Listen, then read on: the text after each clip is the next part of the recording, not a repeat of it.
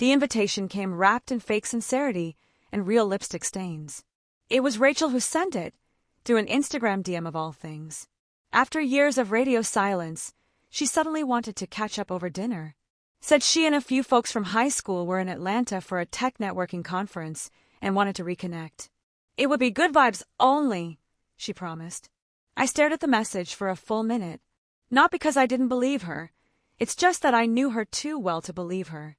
Back in high school, Rachel Powell was the queen bee, the social gatekeeper, the kind of girl who wore designer boots in August just to remind the rest of us she could.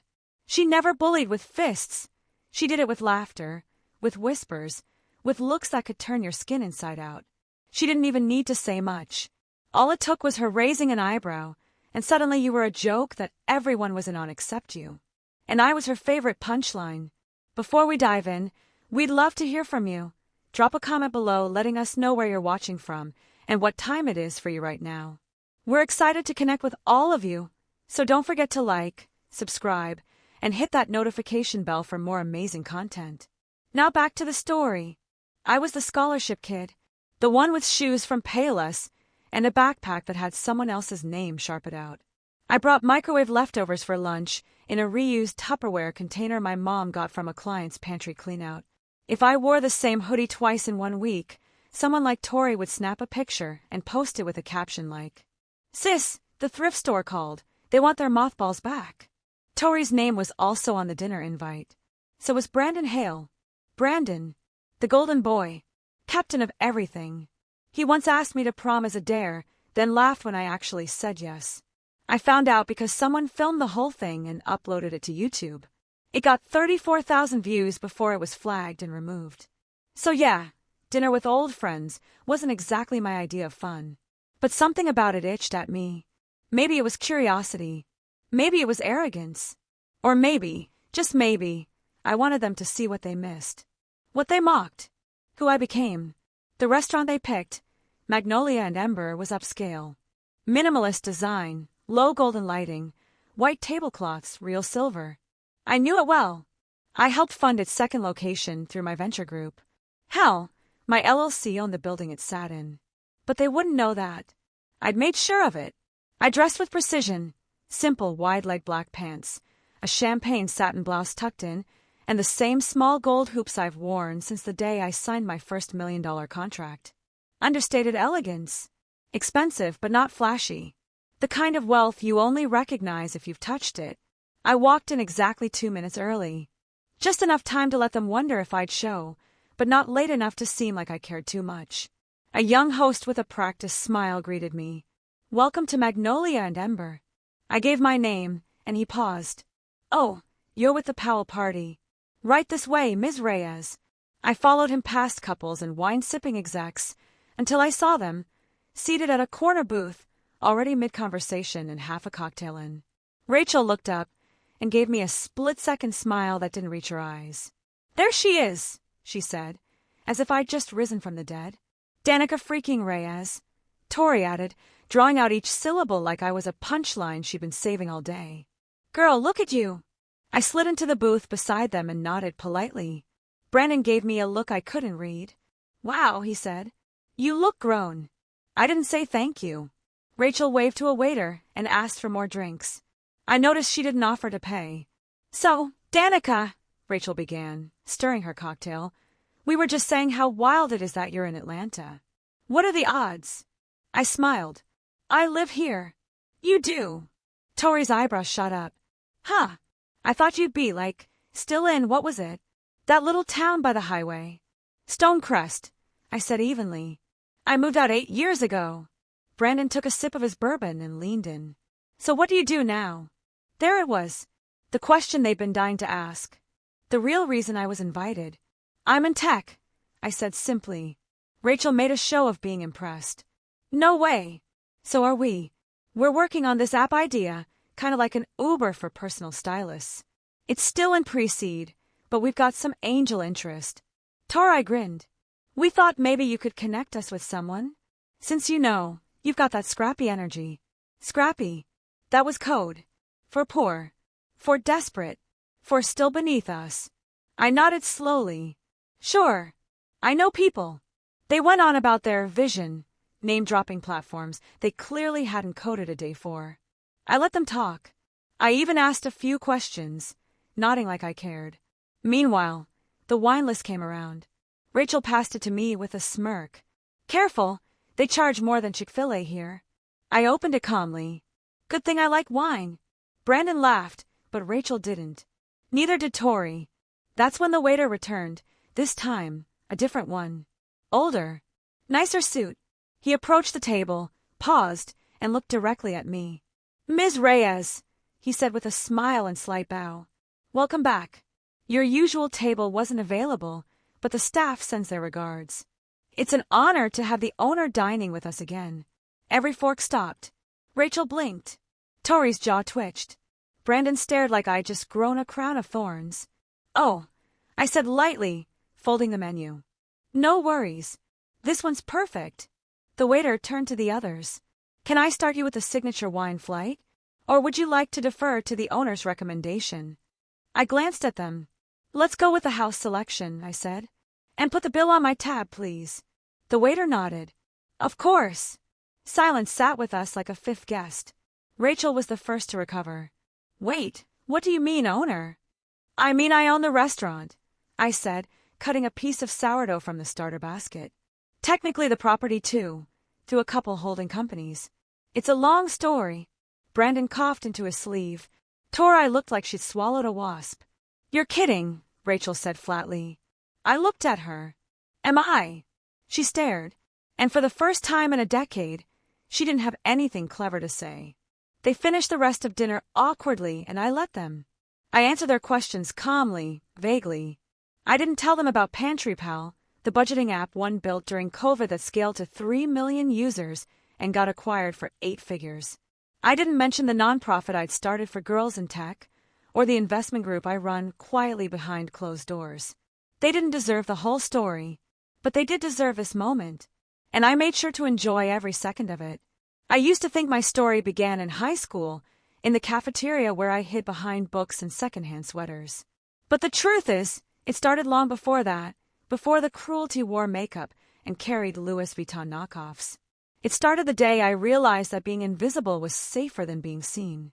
Because when you're seen, you become a target. And I was always a damn good target. My mother cleaned houses for a living. She used to come home with bleach on her fingers and still managed to cook a full meal before collapsing on the couch. I learned early that if you don't come from money, you better learn how to work like it's your oxygen. So while Rachel and her friends were spending their weekends at Lenox Mall and tagging each other in filtered selfies, I was babysitting, delivering groceries, tutoring kids who didn't even like me just so I could afford internet. There was one moment that stuck with me, seared into my memory like a scar you stop hiding once it becomes art. It was sophomore year. A teacher announced a scholarship for girls interested in computer science. The catch: you had to present a demo project. I stayed up for 2 weeks, straight, building a basic budgeting app prototype. I even gave it a name, Dollar Drop. I presented it in a classroom full of blank stares and raised eyebrows. Rachel filmed part of it. I know, because later that night, someone sent me a link. The caption on her post read, "Somebody tell this girl Excel already exists." There were laughing emojis, dozens of them. A few comments said I looked too poor to build anything, and one of Brandon's friends chimed in, she should build an app to fix her teeth. I never deleted the screenshots. Years later, when a VC firm offered me $3 million for seed funding, I sent the deck using the same name, Dollar Drop, as a reminder of where I started. They never knew the story behind it. They just saw the numbers, the growth rate, the user stickiness. But I knew. Every comma in that valuation was soaked in the humiliation I had to survive. When the deal closed, I cried. Not because of the money, because the little girl in me finally felt like she could exhale. Still, I stayed quiet. I didn't start flashing my wealth or driving luxury cars down Peachtree Street. I invested. I read. I learned how to own the buildings that other people showed off in front of. I stayed under the radar because I wanted to see who loved me when they thought I had nothing. Turns out, most people only remember you when they need something. Like Rachel. That night after dinner, I didn't go straight home. I sat in my car and stared at the receipt the restaurant had printed for me, though I hadn't needed it. I'd paid more in quarterly taxes than that entire table was worth. But it wasn't about the money. It was about the silence. The silence after the waiter called me owner. The stillness in the air as their faces rearranged themselves, trying to compute a version of me that didn't fit their narrative. That silence was the loudest applause I'd ever heard. And yet, a small part of me wanted to scream. Not because I was angry, because I had more to say. Things I wanted them to feel in their bones. But I stayed quiet. Letting them sit in it was more satisfying than any monologue could be. A few days later, I got another message. From Tori. Hey, we were wondering if you'd be open to a quick call. Brandon had some ideas about the app and wanted to pick your brain. Smiley face.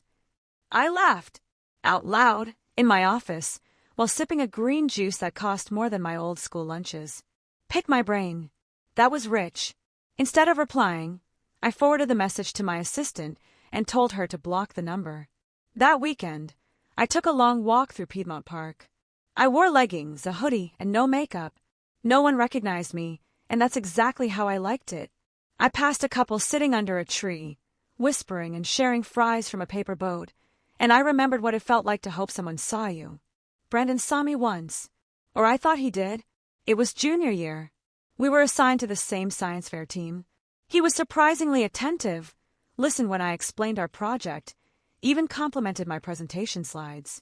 I let myself believe, for a few stupid days, that maybe he wasn't like the others. That maybe kindness could grow out of popularity like a weed in cracked cement. Then I found the note. It was folded inside my locker, written in his handwriting. I was just being nice. Don't catch feelings. Not everyone wants to save a charity case. I never brought it up. Never told anyone. But the shame of it clung to me for years. Until now.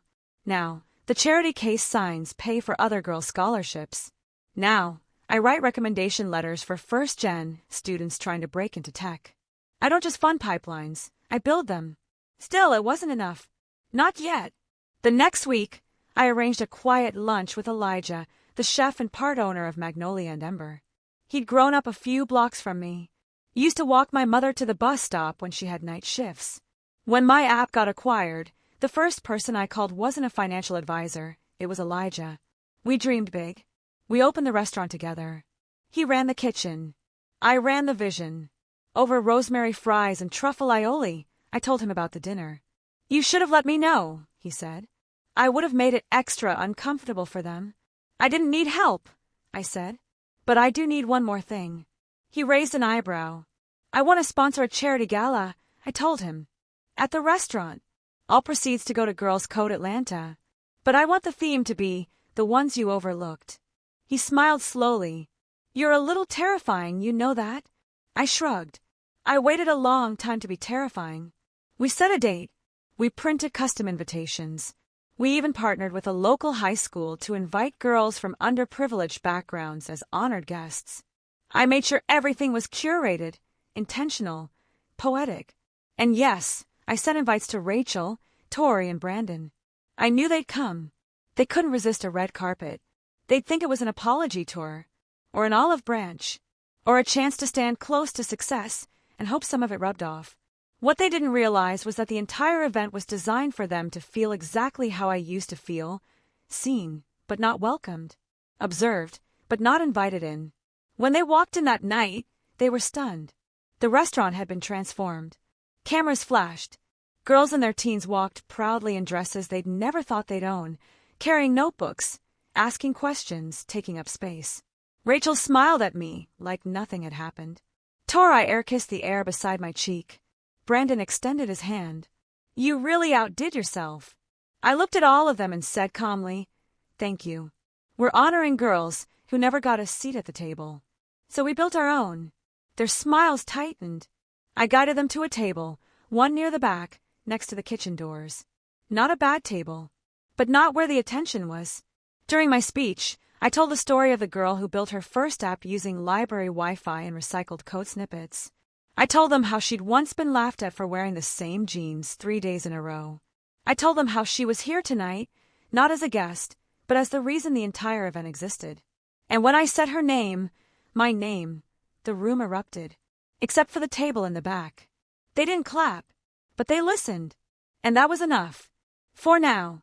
The thing no one tells you about success is how lonely it can be. You grow, you level up, and suddenly the air thins. The room gets quieter, not because you've silenced your doubts, but because the people who used to fill it can't come with you. Not really. They smile at your wins, but there's a flicker in their eyes, a brief, flickering static, that says they'd feel more comfortable if you were still beneath them. Still manageable. Still familiar.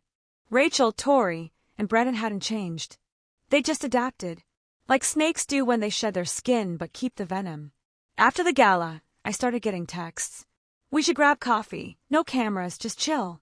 Still can't get over that event. You're such an inspiration, Danica. Hey, sorry if we were weird back in the day. High school, right? LOL. At first, I ignored them. Then I didn't. Not because I believed their nonsense, but because I wanted to see how far they'd go. How desperate they'd become once they caught the scent of something valuable. Power makes people honest in the ugliest ways. So I answered Rachel's message one Tuesday afternoon. Sure.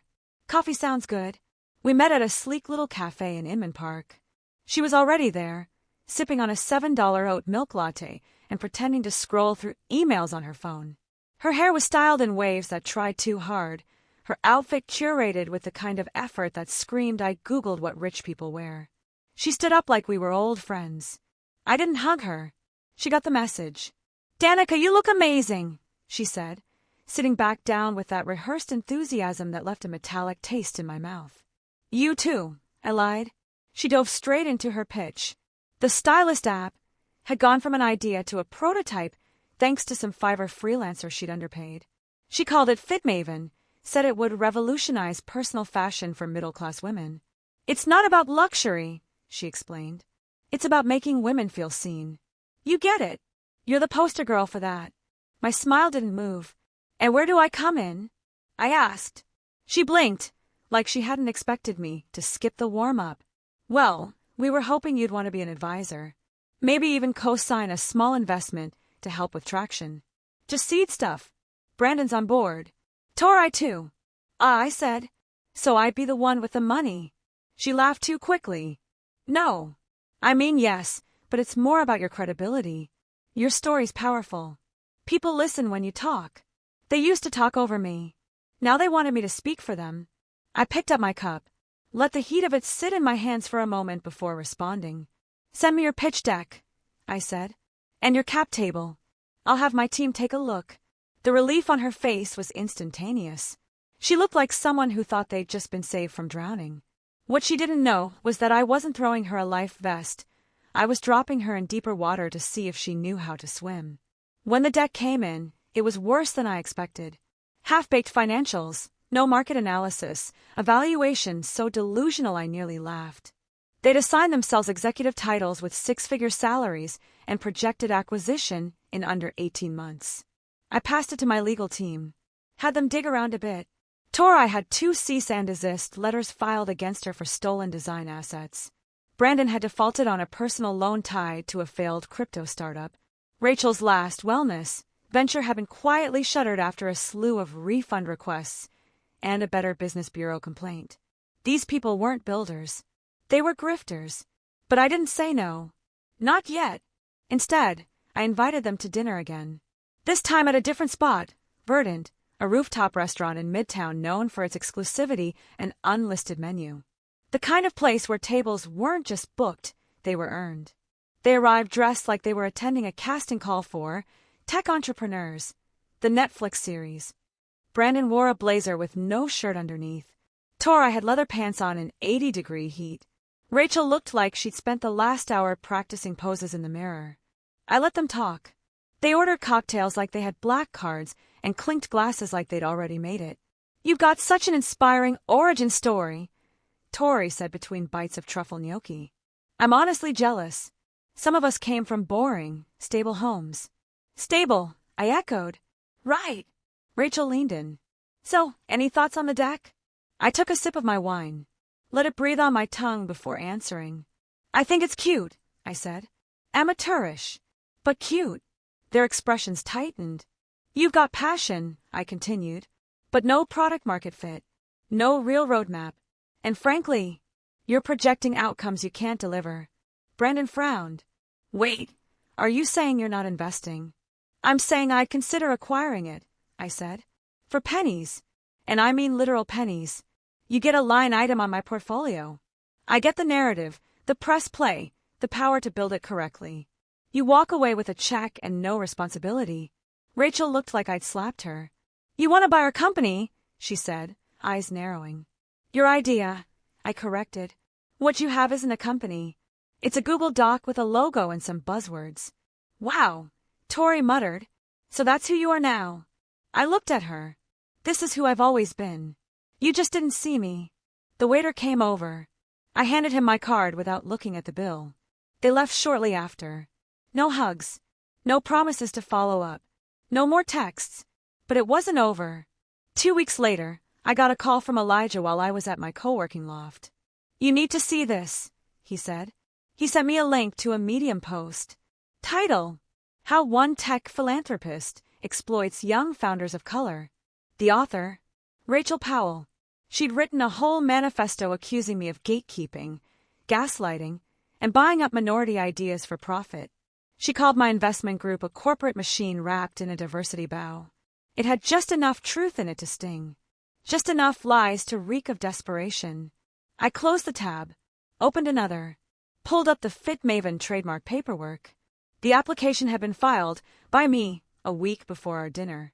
While they were busy posturing, I had already filed for ownership. All the name rights, domain, socials. Mine. It wasn't illegal. Just efficient. And poetic. The next day, I released a statement. Short. Clean. Undeniable. We take every allegation seriously. Our records reflect that Fit Maven is an original project fully owned and developed by our team. Any claims to the contrary will be handled legally. We remain committed to uplifting underrepresented founders, those who build from purpose, not ego. Then I launched the beta version. Actual UX testing, real AI integration, a small focus group from the girls who'd attended the gala. The app trended on Product Hunt in less than 48 hours. Investors reached out. Press followed. Rachel went quiet. Tori deleted her social accounts. Brandon sent me a one-line email. Didn't expect you to go nuclear. I didn't respond. It wasn't nuclear. It was personal. Because revenge isn't always about rage. Sometimes it's calm, strategic, polished in heels and protected by LLCs. Sometimes it's about building the empire they swore you'd never touch, and then letting them watch you run it. And sometimes it's just getting the last word without ever raising your voice. The day the magazine cover dropped, I didn't even know it had gone live yet.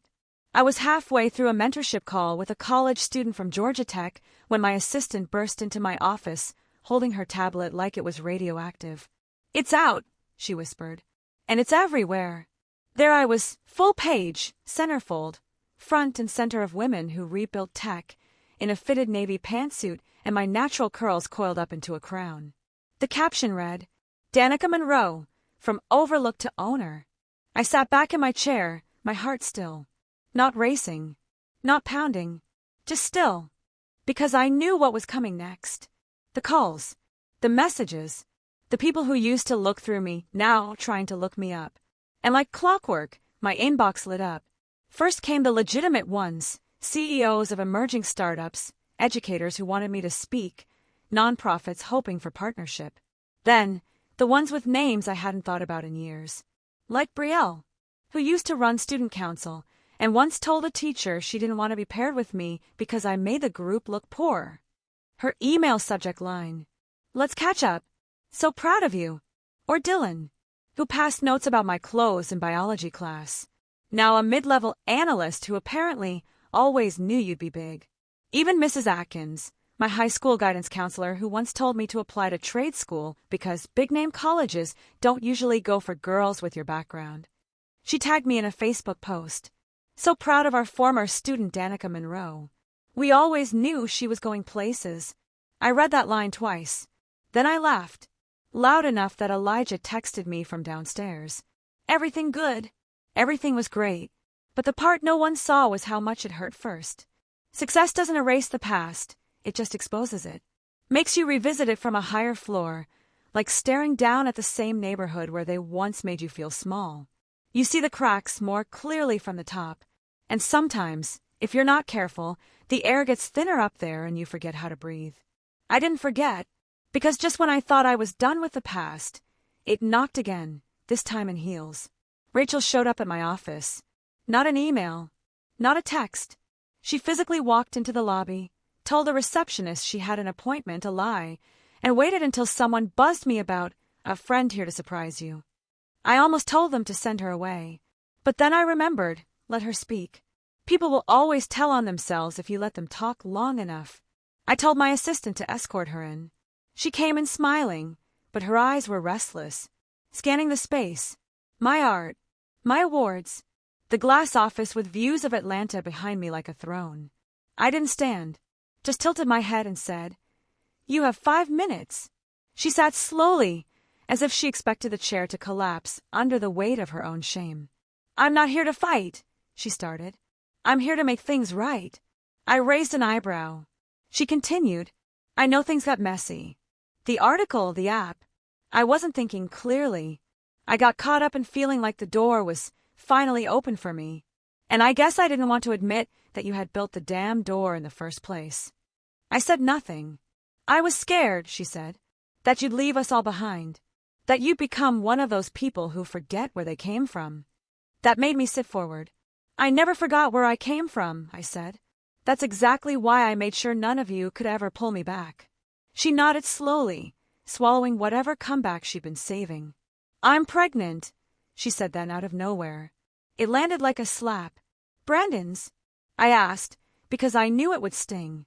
She looked down. "No, it's mine. That's all that matters. And you're here, why exactly?" Her lips trembled, but only slightly. "I want to make this right. I want to work with you. Actually work. I have ideas. I've learned a lot since." "No," I said, sharp and clean. She blinked. "No," she echoed, like the word was foreign. "You think this is a redemption arc. But this isn't a Netflix series, Rachel. You don't get to sabotage me publicly and then ask to co-parent a brand just because life kicked you sideways." "I'm trying," she said. "No, you're strategizing. Big difference." She went silent then. Looked around one more time at the office she never thought I'd have. Maybe remembering the versions of me she'd laughed at, underestimated, used. "Danica, I'm asking for help." I leaned back, hands folded. "And I'm telling you, go build something on your own." I did. She stood, lips pressed into a line. She didn't say goodbye, just walked out like the silence was safer than hearing the truth again. She never contacted me after that. But Brandon did. He didn't come to the office. He wasn't bold enough for that. He sent a letter, handwritten, pages of messy, looping words. Apologies, regrets, some lines almost poetic, others just pitiful. He said he'd been following my work from a distance, that he realized how wrong he was back then, that I'd shown him what real resilience looked like. And then, near the end of the letter, he said something that stayed with me. "Sometimes, when I close my eyes, I still see you in that cafeteria, alone with your notebook, drawing out futures no one believed in but you. And I hate that I was the reason you thought you didn't deserve company." That made me pause. Not soften. Just pause. I didn't write him back. I didn't need to. That letter wasn't for me. It was for him, to feel like he'd done something redemptive. But redemption costs more than ink and nostalgia. It costs change, and none of them had really changed. So I let their words collect dust. Instead, I focused on what mattered. FitMaven launched nationwide within 6 months. I hired a team of 20 women from underserved communities to lead the charge. Our app hit 1 million users in less than a year. But the thing I'm most proud of? We created a pipeline. Girls from the same high schools I used to walk through with my head down were now building features, testing code, leading creative direction. I didn't just open the door, I removed the damn hinges. One night, while reviewing end-of-quarter numbers, I got a message from Elijah. "Turn on Channel 9. I did. It was a local news segment. Top 10 young business leaders under 30. There I was again. But this time, they weren't just talking about me. They interviewed one of the girls from our tech boot camp, Mariah. 17. Sharp as a blade. When they asked who inspired her to dream bigger, she said my name. Said, Danica didn't just help me. She made me feel like I could own something. Like my story wasn't supposed to be small. I turned the TV off, sat there in the dark with that one sentence echoing, and I realized this was the real revenge. Not the money, not the fame, not even the quiet fall of the people who once laughed. The real revenge was this legacy. These girls, this empire built from everything they told me would hold me back. And as I looked out at the Atlanta skyline that night, I let the past go. Not because it didn't matter, but because it did. Because without it, I might have never learned how to rise so high, so strong, so completely untouchable, they had no choice but to watch from below. If this story hit you deep, or made you rethink who's really in your corner, don't forget to like, comment, and subscribe for more true stories where karma doesn't just knock, it walks in wearing heels. Drop a comment if you're building something they said you never could. See you in the next one.